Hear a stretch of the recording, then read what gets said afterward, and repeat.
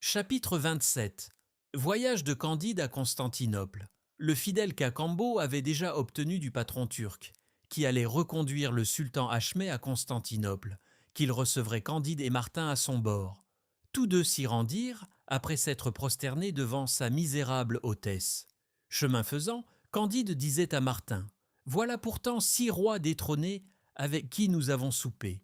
Et parmi ces 6 rois, il y en a un à qui j'ai fait l'aumône. Peut-être y a-t-il bien d'autres princes plus infortunés encore. Pour moi, je n'ai perdu que 100 moutons, et je vole dans les bras de Cunégonde. Mon cher Martin, encore une fois, Pangloss avait raison. Tout est-tu bien ? » « Je le souhaite, répondit Martin. Mais, reprit Candide, voilà une aventure bien peu vraisemblable que nous avons eue à Venise. On n'avait jamais vu ni entendu dire que 6 rois détrônés soupent ensemble dans un cabaret. Cela n'est pas plus extraordinaire, dit Martin, que la plupart des choses qui nous sont arrivées. Il est très commun que des rois soient détrônés, et pour l'honneur que nous avons eu de souper avec eux, c'est une bagatelle qui ne mérite pas notre attention. Qu'importe avec qui l'on soupe, pourvu qu'on fasse bonne chère. À peine Candide fut-il à bord, qu'il sauta au cou de son ancien valet, de son ami Cacambo. « Eh bien, lui dit-il, que fait Cunégonde ? Est-elle toujours un prodige de beauté ? M'aime-t-elle encore ? Comment se porte-t-elle ? Tu lui as sans doute acheté un palais à Constantinople ? » « Mon cher maître, répondit Cacambo, Cunégonde lave les écuelles sur le bord de la Propontide, chez un prince qui a fort peu d'écuelles.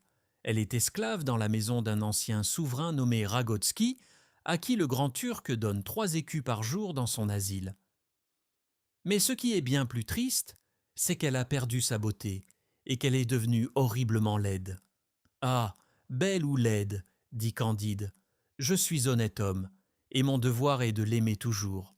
Mais comment peut-elle être réduite à un état si abject avec les 5 ou 6 millions que tu avais emportés ? » « Bon, répondit Cacambo, ne m'a-t-il pas fallu donner 2 millions au seigneur Don Fernando d'Ibarra, y Figueora, y Mascarenes, y Lampourdos, y Souza, gouverneur de Buenos Aires, pour obtenir la permission de reprendre mademoiselle Cunégonde. Et un pirate ne nous a-t-il pas dépouillés bravement de tout le reste ? Ce pirate ne nous a-t-il pas menés au cap de Matapan, à Milo, à Nicarie, à Samos, à Petra, aux Dardanelles, à Marmara, à Scutari ? Cunégonde et la vieille servent chez le prince dont je vous ai parlé, et moi je suis esclave du sultan détrôné.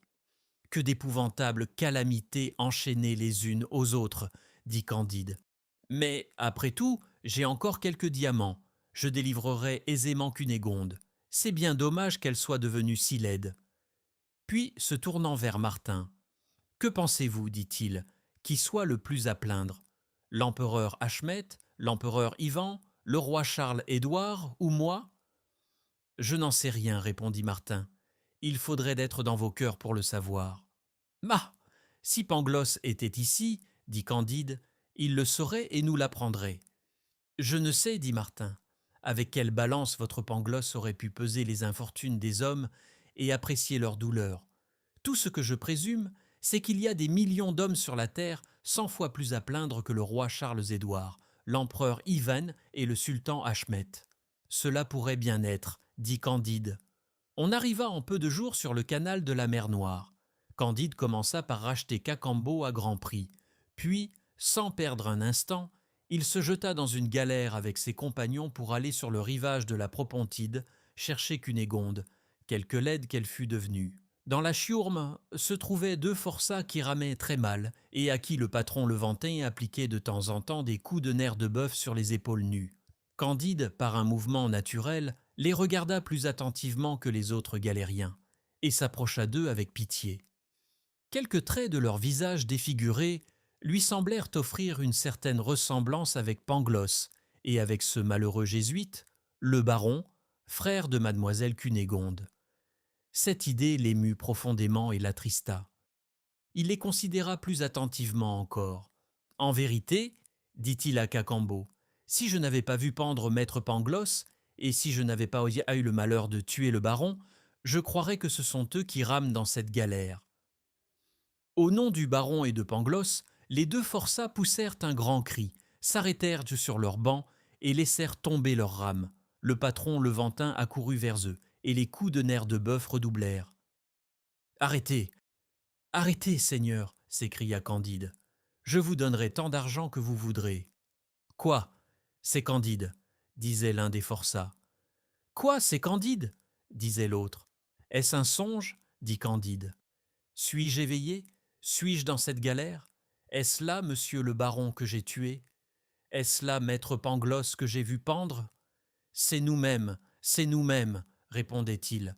« Quoi ? C'est là ce grand philosophe ?» disait Martin. « Eh, monsieur le patron Levantin, dit Candide, combien voulez-vous d'argent pour la rançon de monsieur de Thunder Ten Tronckh, l'un des premiers barons de l'Empire, et de monsieur Pangloss, le plus profond métaphysicien d'Allemagne ? » « Chien de chrétien, répondit le patron.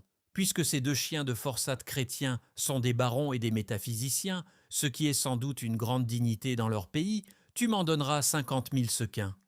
Vous les aurez, monsieur. Ramenez-moi comme l'éclair à Constantinople, et vous serez payé sur le champ. Mais non, menez-moi d'abord chez mademoiselle Cunégonde. Le patron, à la première offre de Candide, avait déjà tourné la proue vers la ville et faisait ramer plus vite qu'un oiseau ne fend l'air. Candide embrassait 100 fois le baron et Pangloss. « Comment ne vous ai-je pas tué, mon cher baron ? Et vous, mon cher Pangloss, comment êtes-vous en vie après avoir été pendu ? Et pourquoi êtes-vous tous deux aux galères en Turquie ? Est-il bien vrai que ma chère sœur soit dans ce pays ? disait le baron. Oui, répondait Cacambo. Je revois donc mon cher Candide, s'écriait Pangloss. Candide leur présenta Martin et Cacambo. Ils s'embrassaient tous, parlèrent tous à la fois. La galère volait, ils étaient déjà dans le port. On fit venir un juif à qui Candide vendit pour 50 000 sequins un diamant qui en valait 100 000 et qui jura par Abraham qu'il ne pouvait en donner davantage. Candide paya aussitôt la rançon du baron et de Pangloss. Pangloss se jeta aux pieds de son libérateur et les baigna de larmes. Le baron le remercia d'un signe de tête et lui promit de lui rendre cet argent à la première occasion. « Mais est-il bien possible que ma sœur soit en Turquie ?» disait-il. « Rien n'est si possible, répondit Cacambo, puisqu'elle écure la vaisselle chez un prince de Transylvanie. » On fit aussitôt venir 2 autres juifs. Candide vendit encore des diamants et tous repartirent dans une autre galère pour aller délivrer Cunégonde. Chapitre 28. Ce qui arriva à Candide, à Cunégonde, à Pangloss, à Martin, etc. « Pardon, encore une fois, dit Candide au baron. « Pardon, mon révérend père, de vous avoir donné un grand coup d'épée au travers du corps. »« N'en parlons plus, répondit le baron. Je fus un peu trop vif, je l'avoue. Mais, puisque vous voulez savoir par quel hasard vous m'avez vu aux galères, je vous dirai qu'après avoir été guéri de ma blessure par le frère apothicaire du collège, je fus attaqué et enlevé par un parti espagnol. On me mit en prison à Buenos Aires, dans le temps même que ma sœur venait d'en partir. Je demandai à retourner à Rome auprès du père général. On me nomma pour aller servir d'aumônier à Constantinople auprès de monsieur l'ambassadeur de France. Il n'y avait pas 8 jours que j'étais entré en fonction que je rencontrai, sur le soir, un jeune icoglan fort bien fait. Il faisait très chaud. Le jeune homme voulut se baigner. Je pris cette occasion de me baigner aussi. J'ignorais que ce fût un crime capital pour un chrétien d'être trouvé tout nu avec un jeune musulman. Un cadi me fit donner 100 coups de bâton sous la plante des pieds et me condamna aux galères. Je ne crois pas qu'on ait jamais commis une injustice plus horrible. Mais je voudrais bien savoir pourquoi ma sœur se trouve dans la cuisine d'un souverain de Transylvanie, réfugié chez les Turcs. « Mais vous, mon cher Pangloss, dit Candide, comment se peut-il que je vous revoie ? » « Il est vrai, répondit Pangloss, que vous m'avez vu pendre. Je devais naturellement être brûlé. Mais vous vous souvenez qu'il plut à verse lorsqu'on allait me cuire. L'orage fut si violent qu'on désespéra d'allumer le feu. On me pendit parce qu'on ne put mieux faire. Un chirurgien acheta mon corps, m'emporta chez lui et me disséqua. Il me fit d'abord une incision cruciale depuis le nombril jusqu'à la clavicule. On ne pouvait pas avoir été plus mal pendu que je l'avais été.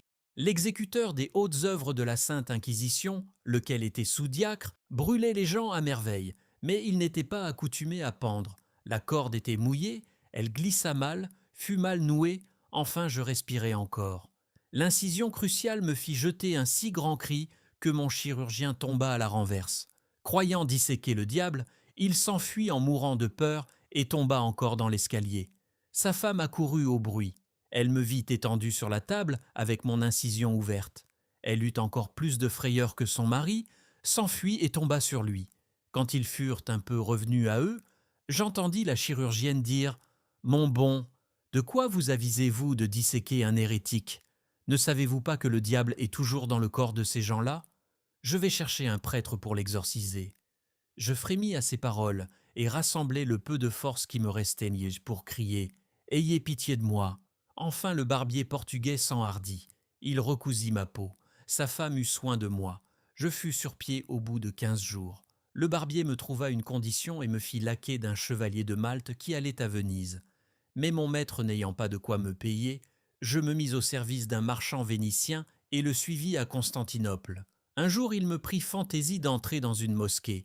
Il n'y avait là qu'un vieil imam et une jeune dévote fort jolie qui disait ses patenôtres. Sa gorge était toute découverte. Elle portait entre ses deux tétons un beau bouquet de tulipes, de roses, d'anémones, de renoncules, d'hyacinthes et d'oreilles d'ours. Elle laissa tomber son bouquet. Je le ramassai et le lui remis avec un empressement très respectueux. Je fus si longtemps à le lui remettre que l'imam se mit en colère.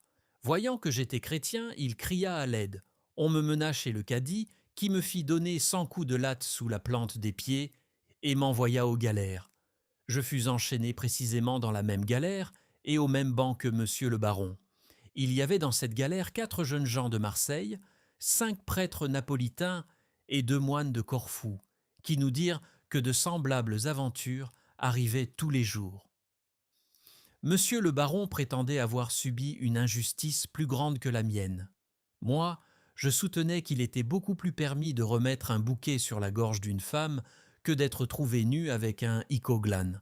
Nous disputions sans cesse et recevions 20 coups de nerfs de bœuf par jour, jusqu'à ce que l'enchaînement des événements de cet univers vous ait conduit dans notre galère et que vous nous ayez rachetés. « Eh bien, mon cher Pangloss, lui dit Candide, quand vous avez été pendu, disséqué, roué de coups et que vous avez ramé aux galères, avez-vous toujours pensé que tout allait le mieux du monde ? Je suis toujours de mon premier sentiment, répondit Pangloss, car enfin je suis philosophe. Il ne me convient pas de me dédire. Leibniz ne pouvant pas avoir tort, l'harmonie préétablie est d'ailleurs la plus belle chose du monde, aussi bien que le plein et la matière subtile. Chapitre 29. Comment Candide retrouva Cunégonde et la vieille. Pendant que Candide, le baron, Pangloss, Martin et Cacambo contaient à leur aventure, raisonnaient sur les événements contingents ou non contingents de cet univers, disputaient sur les effets et les causes, sur le mal moral et sur le mal physique, sur la liberté et la nécessité, et même sur les consolations qu'on peut éprouver lorsqu'on est aux galères en Turquie, ils abordèrent sur le rivage de la Propontide, à la maison du prince de Transylvanie. Les premiers objets qui se présentèrent à leurs yeux furent Cunégonde et la vieille, qui étendaient des serviettes sur des ficelles pour les faire sécher. Le baron pâlit à cette vue. Le tendre amant Candide, en voyant sa belle Cunégonde rembrunie, les yeux éraillés, la gorge sèche, les joues ridées, les bras rouges et écaillés, recula 3 pas, saisi d'horreur, puis il avança par devoir et par bienséance.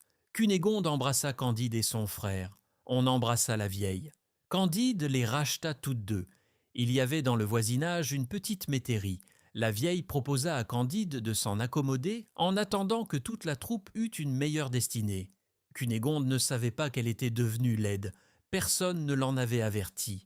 Elle rappela à Candide ses promesses d'un ton si ferme et si absolu que le bon Candide n'osa pas les éluder. Il signifia donc au baron qu'il allait épouser sa sœur. « Je ne souffrirai jamais, dit le baron, une telle bassesse de sa part, ni une telle insolence de la vôtre. Cette infamie ne me sera point reprochée. Les enfants de ma sœur ne pourraient entrer dans les chapitres d'Allemagne. Non, jamais ma sœur n'épousera qu'un baron de l'Empire. » Cunégonde se jeta aux pieds de son frère et les baigna de larmes. Il demeura inflexible. « Maître fou, lui dit Candide, je t'ai tiré des galères, j'ai payé ta rançon, j'ai payé celle de ta sœur. Elle lavait ici des écuelles, elle est laide, et j'ai la bonté d'en faire ma femme, et tu prétends encore t'y opposer. Je te retuerais si j'écoutais ma colère. Tu peux me tuer encore, répondit le baron, mais tu n'épouseras pas ma sœur de mon vivant. Chapitre 30. Conclusion. Candide, au fond de son cœur, n'avait aucune envie d'épouser Cunégonde, mais l'impertinence extrême du baron le détermina à conclure le mariage, et Cunégonde le pressait si vivement qu'il ne pouvait se dédire. Il consulta Pangloss, Martin et le fidèle Cacambo. Pangloss rédigea un beau mémoire où il prouvait que le baron n'avait nul droit sur sa sœur et qu'elle pouvait, selon toutes les lois de l'Empire, épouser Candide de la main gauche. Martin conclut qu'il fallait jeter le baron à la mer. Cacambo proposa de le rendre au patron levantin et de le renvoyer aux galères, puis de l'expédier à Rome chez le père général par le premier vaisseau.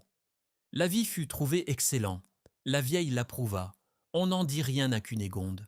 La chose fut exécutée pour quelque argent, et l'on eut le plaisir d'attraper un jésuite et de punir l'orgueil d'un baron allemand. Il semblait naturel d'imaginer qu'après tant de désastres, Candide, marié avec sa maîtresse, vivant avec le philosophe Pangloss, le philosophe Martin, le prudent Cacambo et la vieille, ayant d'ailleurs rapporté tant de diamants de la patrie des anciens Incas, mènerait la vie la plus agréable du monde. Mais il fut si bien friponné par les Juifs qu'il ne lui resta plus que sa petite Métairie. Sa femme, devenant chaque jour plus laide, devint acariâtre et insupportable. La vieille était infirme et encore plus maussade que Cunégonde. Cacambo, qui travaillait au jardin et allait vendre des légumes à Constantinople, était accablé de fatigue et maudissait sa destinée. Pangloss désespérait de ne pas briller dans quelque université d'Allemagne. Martin, lui, demeurait fermement persuadé qu'on est également mal partout et prenait les choses en patience. Candide, Martin et Pangloss disputaient quelquefois de métaphysique et de morale. On voyait souvent passer sous les fenêtres de la métairie des bateaux chargés d'Effendis, de Bacha, de Cadis qu'on envoyait en exil à Lemnos, à Mytilène ou à Erzurum. On voyait venir d'autres Cadis, d'autres Bacha, d'autres Effendis, qui prenaient la place des expulsés et qui étaient expulsés à leur tour. On voyait des têtes proprement empaillées qu'on allait présenter à la sublime porte. Ces spectacles ranimaient leur dissertation. Et lorsqu'ils ne disputaient pas, l'ennui devenait si accablant que la vieille osa un jour leur dire « Je voudrais savoir lequel est le pire, d'être violé 100 fois par des pirates nègres, d'avoir une fesse coupée, de passer par les baguettes chez les Bulgares, d'être fouetté et pendu dans un auto-da-fé, d'être disséqué, de ramer aux galères, d'éprouver enfin toutes les misères par lesquelles nous avons passé, ou bien de rester ici à ne rien faire? C'est une grande question, répondit Candide. Ce discours fit naître de nouvelles réflexions. Martin surtout conclut que l'homme était né pour vivre dans les convulsions de l'inquiétude ou dans la léthargie de l'ennui. Candide n'en convenait pas, mais n'osait rien affirmer. Pangloss avouait qu'il avait toujours horriblement souffert, mais ayant soutenu une fois que tout allait à merveille, il continuait de le soutenir, sans y croire lui-même. Une chose acheva de confirmer Martin dans ses principes sombres, de faire hésiter plus que jamais Candide et d'embarrasser Pangloss. Ils virent un jour arriver à la métairie Paquette et frère Giroflée dans la plus extrême misère. Ils avaient rapidement dissipé leurs 3000 piastres, s'étaient quittés, s'étaient raccommodés, s'étaient brouillés, avaient été mis en prison, s'étaient enfuis, et enfin, frère Giroflée s'était fait turc. Paquette continuait son métier partout, sans plus rien y gagner. « Je l'avais bien prévu, dit Martin à Candide. Vos présents seraient bientôt dissipés et ne les rendraient pas que plus misérables. Vous avez regorgé de millions de piastres, vous et Cacambo, et vous n'êtes pas plus heureux que frère Giroflée et Paquette. »« Ah, ah !» dit Pangloss à Paquette. « Le ciel vous ramène donc parmi nous. Ma pauvre enfant, savez-vous bien que vous m'avez coûté le bout du nez, un œil et une oreille, comme vous voilà faite. Ah, qu'est-ce que ce monde !» Cette nouvelle aventure les engagea à philosopher plus que jamais. Il y avait dans le voisinage un derviche fort renommé, que l'on regardait comme le meilleur philosophe de la Turquie. Ils allèrent le consulter, et laissèrent lire dans le consulté. Pangloss prit la parole. « Maître, Nous venons vous prier de nous dire pourquoi un animal aussi étrange que l'homme a été formé. De quoi te mêles-tu répondit le derviche. Est-ce là ton affaire? Mais mon révérend père, dit Candide, il y a horriblement de mal sur la terre. Qu'importe, dit le derviche, qu'il y ait du mal ou du bien. Quand sa hautesse envoie un vaisseau en Égypte, s'embarrasse-t-elle de savoir si les souris qui sont dans le vaisseau sont à leur aise ou non? Que faut-il donc faire? Demanda Pangloss. Te taire, répondit le derviche. Je me flattais, reprit Pangloss, de raisonner un peu avec vous des effets et des causes, du meilleur des mondes possibles, de l'origine du mal, de la nature de l'âme et de l'harmonie préétablie. À ces mots, le derviche leur ferma la porte au nez. Pendant cet entretien, on apprit qu'on venait d'étrangler à Constantinople 2 vizirs du Ban et le Moufti, et qu'on avait empalé plusieurs de leurs amis. Cette catastrophe fit grand bruit pendant quelques heures. Pangloss, Candide et Martin, en retournant à leur petite métairie, rencontrèrent un bon vieillard qui prenait le frais à sa porte sous un berceau d'orangers. Pangloss, toujours aussi curieux que raisonneur, lui demanda comment se nommait le moufti qu'on venait d'étrangler. « Je n'en sais rien, répondit le vieillard, et je n'ai jamais su le nom d'aucun moufti ni d'aucun vizir. J'ignore absolument l'aventure dont vous me parlez. Je présume qu'en général, ceux qui se mêlent avant des affaires publiques périssent quelquefois misérablement, et qu'ils le méritent. Mais je ne m'informe jamais de ce qu'on fait à Constantinople.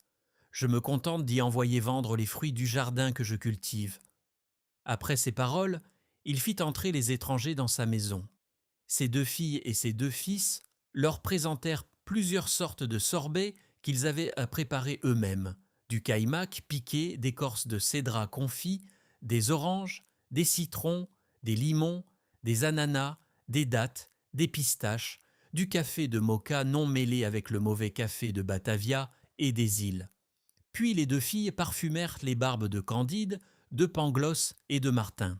« Vous devez avoir, dit Candide au Turc, une vaste et magnifique terre. »« Je n'ai que 20 arpents, répondit le vieillard, je les cultive avec mes enfants. Le travail éloigne de nous 3 grands maux, l'ennui, le vice et le besoin. » En retournant à sa métairie, Candide fit de profondes réflexions sur ces paroles. « Ce bon vieillard, dit-il à Pangloss et à Martin, me paraît s'être fait un sort bien préférable à celui des 6 rois avec qui nous avons eu l'honneur de souper.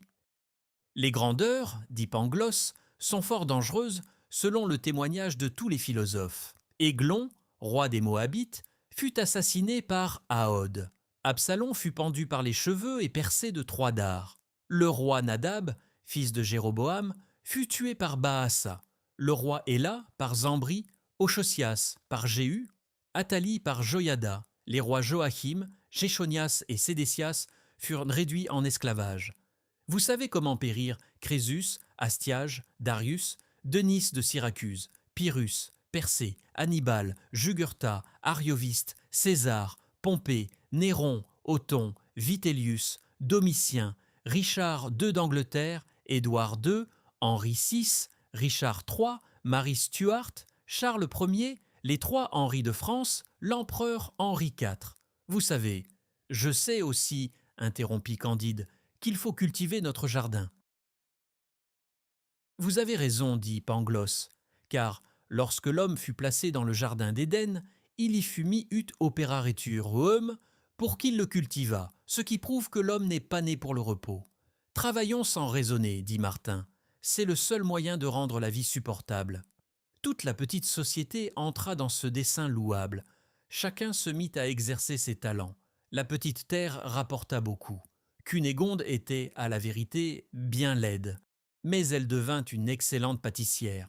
Paquette broda, la vieille eut soin du linge. Il n'y eut pas jusqu'à frère Giroflée qui ne rendit service. Il devint un très bon menuisier et même un homme honnête. Pangloss disait quelquefois à Candide « Tous les événements sont enchaînés dans le meilleur des mondes possibles. Car enfin, si vous n'aviez pas été chassé d'un beau château à grands coups de pied pour l'amour de mademoiselle Cunégonde, si vous n'aviez pas été mis à l'Inquisition, si vous n'aviez pas parcouru l'Amérique à pied, si vous n'aviez pas donné un bon coup d'épée au baron, si vous n'aviez pas perdu tous vos moutons du bon pays d'Eldorado, vous ne mangeriez pas ici des cédrats confits et des pistaches. » « Cela est bien dit, répondit Candide, mais il faut cultiver notre jardin. Retrouvez toutes nos lectures complètes dans les playlists dédiées et abonnez-vous pour enrichir votre bibliothèque sonore.